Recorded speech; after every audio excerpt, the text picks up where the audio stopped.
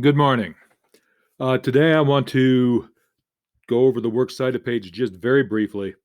Um, if you have questions about it, shoot me an email or just go to Purdue OWL, OWL. It stands for Online Writing Lab, I believe. They have some great stuff there on putting together the works cited page. I also want to talk about connections and characterization. Remember that I've talked about this idea that as we're going through the novels, not necessarily the history and biography in the next book, The Immortal Life of Henrietta Lacks, but as we're going through the novels, I do want to talk about this idea of character, conflict, connection, and theme. And today I want to just talk about connections and characterization after I briefly touch on the works cited page. Before we get there, reminders that the Great Plains Writers Tour is today in Marion Auditorium at noon, and you can write a summary response for extra credit. If you're watching the video or in daily writings, please remember if you're watching the video, do the response in the YouTube comments. If you're in class, you're going to do the title and date with your last name, for example, 2/1/21 Collis. All right. To go back to the Writers Tour for a second, a couple of people have asked me about whether a video will be available. I've emailed Dr. Reese. I haven't heard back from him. I will put an item in the news item on D2L to let you know when he gets back to me whether the video will be available or not. If there's not a video available, I will try to offer a second extra credit of some sort so that people who couldn't attend because they had class or whatever will be able to get a shot at some extra credit. Quick reminder in the due dates, writing assignments and the writing lab, Friday, Wes, Gabo, Qual, and Gracie. Remember the annotated bib is due the 8th and the final research paper is due the 17th. Remember on the reading, 235 by the 5th, 265 by the 8th, 300 by the 10th, and on the 12th, we're going to have a quiz over the life we bury. I'll give you some more details about that next week. As we get to the works cited page, I have 3 entries here in the order that I would have them on a works cited page. Okay? A couple of things to kind of notice. The numeral 1 will come before the A. Numerals will generally come before the letters of the alphabet if you're doing things in alphabetical order. Notice that the databases are part of that. I'll talk a little bit about the do's and don'ts that I have here because of the limitations on the slide, on the next slide. But the couple of things to remember: the second lines are indented, third lines are indented. The outside lines, the first line stays out at the margin. Sorry for stammering through that. First line stays outside of the margin. The subsequent lines are all indented. Quick do and don'ts. Alphabetical order. Follow the order for the entry and begin with the first word, term, or element available. If you looked at that slide, the first entry did not have an author. If there's no author available, you begin with the next thing, which happens to be the title of the article.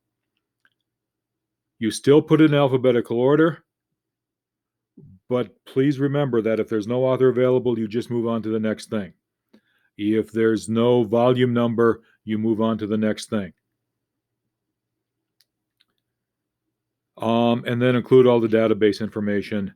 If the citation, requires, or if you use a citation, if you used a database, take all the information from the citation. I'm going to try to slow down and learn how to speak here. If you used a database, remember that the fact that you used a database has to be part of the citation. A couple of things I did wrong. Please remember that double spacing is important here. All of these entries should be double spaced. And obviously don't have them all from, not form. Double check your typos. Proofread. Don't make the mistakes I do. All of them should be not from the same publication. You should have different publications, different authors, different citations, or different sources. As we get into the novel, I want to talk about making connections and the lit term verisimilitude. Verisimilitude is the appearance of being true, the appearance of being real, the appearance of being accurate to the life that we live. So as we deal with Joe, and as you guys are all college students, Joe always needs money. Sometimes housing is not always the best. We talked about his apartment and the dank smell last time. Family life goes on whether you're there or not. And so the good of the family life is there, the bad of the family life is there. And he has to still deal with the family. He can't walk away from the family any more than he already has. And, there are attractive distractions. Lila, for example. And so, he's trying to find out a way to get the girl next door to notice him. He uses Jeremy. He offers to cook. He offers to cook badly, perhaps. All of those sorts of things probably are pretty accurate. But I think as you go through this novel, think about the things that are believable. Think about the things that aren't believable as you start thinking about, is this true to life? Is this novel at any level or most levels, either way, true to life? As you're thinking about characterization, I think it's important to take everything into consideration. This quotation from page 163, I think, is an important quotation because I think it points to a change and it points to a key event that allows us to believe a lot of different things about Joe as we go through this. He's watching the play and he starts crying. I couldn't stop the tears from falling down my face. I didn't raise my hand to wipe them away. That would have drawn attention to my state. So I let them fall unfettered. That's when I felt Lila's hand gently wrap into my fingers. I didn't look at her. I couldn't. She didn't look at me either. She just held my hand until the man on stage stopped talking and the pain in my chest subsided. I'm going to take quotations from before this event in the theater, quotations after this event in the theater, and talk about possible interpretations and how this event might lead us to have a more gentle interpretation of what Joe is thinking and doing. After, not before, after. Part 1. This is on page 103.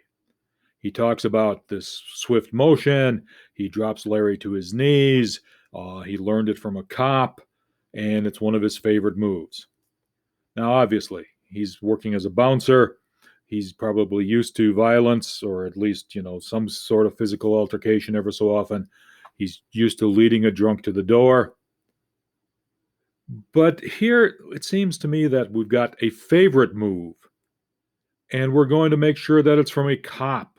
And the cop is called Smiley, and he's going to drop Larry to his knees. And so we can have a charitable thing. He likes his work.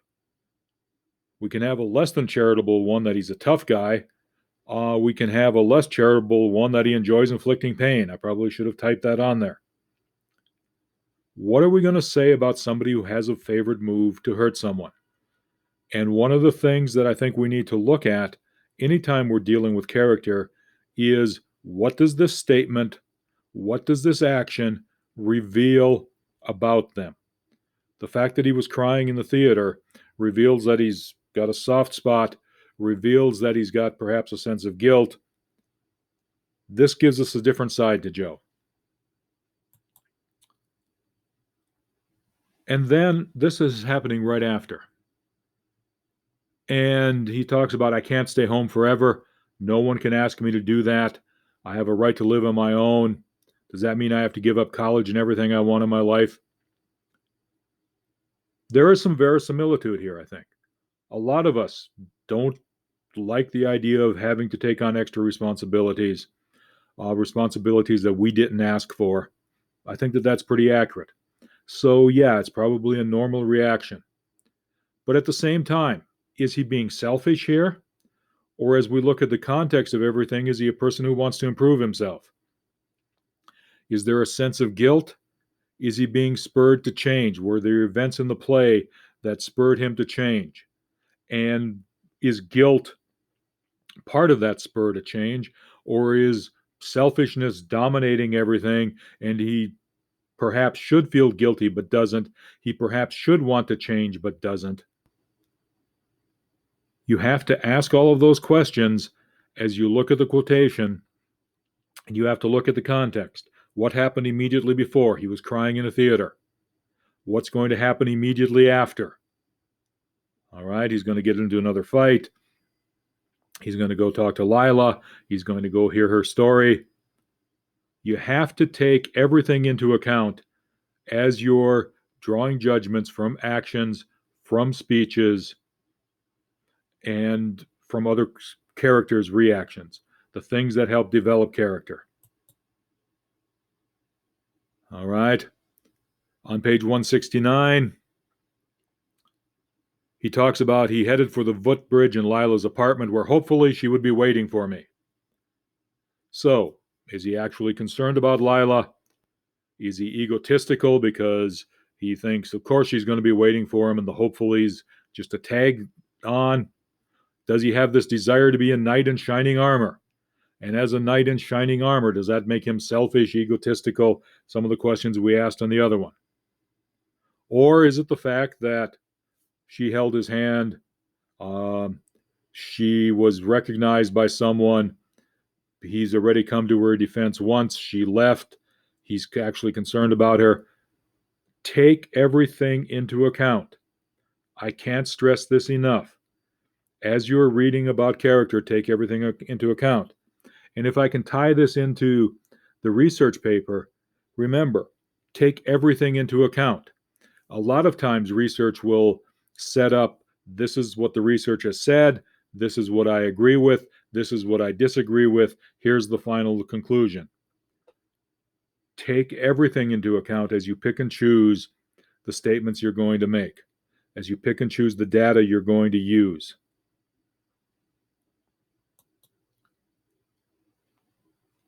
On page 195, which is towards the end of what you're supposed to have read for today, I think we start taking this look at Joe, and this is one of the statements that I think the theater doesn't deal with very well.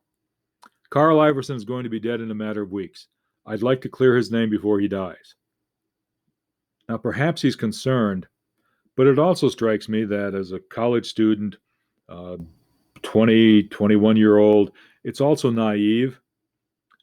A lot of people probably had looked at Carl's case. He thinks he's going to do something that a lot of other people think couldn't do, so that makes him perhaps a little egotistical. But it does tie to the idea of, is he a knight in shining armor? Does he see himself as that sort of character, that sort of person who's going to go off and do things for the good of others? I think that's an important question to ask. Is the knight in shining armor a key element of who Joe is? And can we tie it to how he treats Lila, how he treats Jeremy? Is that part of who he is? And doing this for Carl, is that part of who he is? I think it's something to think about. Does it tie into 3 or 4 things? So we're talking about the theater. We're talking about 2 things that might give us the same sort of thing. When we're dealing with character, the same sort of fact, the same sort of conclusion, not thing, the same sort of conclusion. So when we're dealing with character, once again, the important thing here is to try to take everything into account. Okay? Remember that quotations can be double duty. Lila says we have our own baggage to deal with. No one gets through life unscathed. That's on page 165. That's, during the discussion about is he his brother's keeper? Should he be taking care of Jeremy? Is Jeremy okay? Does he have a duty to Jeremy? But it also sets up Lila's revolution. She did not get through life unscathed. It probably applies to Carl, to Joe, to Jeremy, to Joe's mother. And it might even be something about, if we tie it to the idea of the life we bury, perhaps there's a touch here where we can, or a point here where we can look at it as a possible theme. And if it's a possible theme or an element of a possible theme of the novel, then the quotation is doing extra duty as well. It's moving beyond character development. It's moving into this element of theme. I will say that if I'm going to talk about theme, one of the things I would be worried about here is the fact that we got two cliches strung together. We all have our baggage to deal with as a cliche. We've all heard it thousands of times. No one gets through life unscathed is a cliche. I'll talk about theme a little bit more and emphasize the point again that nobody should be talking about using cliches to express theme. But if we're going to tie it to theme, we have to deal with the fact that this is a cliche. And then, Jeremy, I want to talk about one other lit term here, stock character. Stock characters are easily recognizable.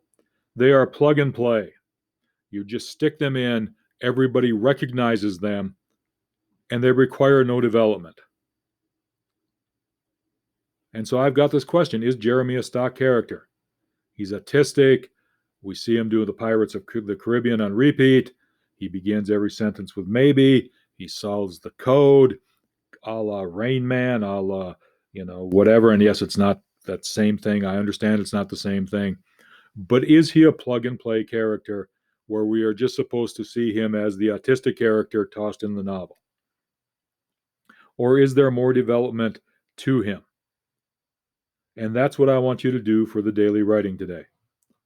The daily writing today is Jeremy a stock character? Is he a plug and play character? Why or why not? As always, think about details from the novel that can help develop your point. Okay, let's do a quick wrap. Remember, Friday is a writing lab. Those of you not in the writing lab will be, watching a video. I'm a little bit behind on the first entry of the annotated bib. I'll be trying to get to those this afternoon and trying to make sure that everybody who's got that in their folder gets a little feedback so you have a little time to correct and revise and edit. If there's any questions, you can shoot me an email. And since I won't see most of you who are watching this video until Monday, I hope you all have a good weekend.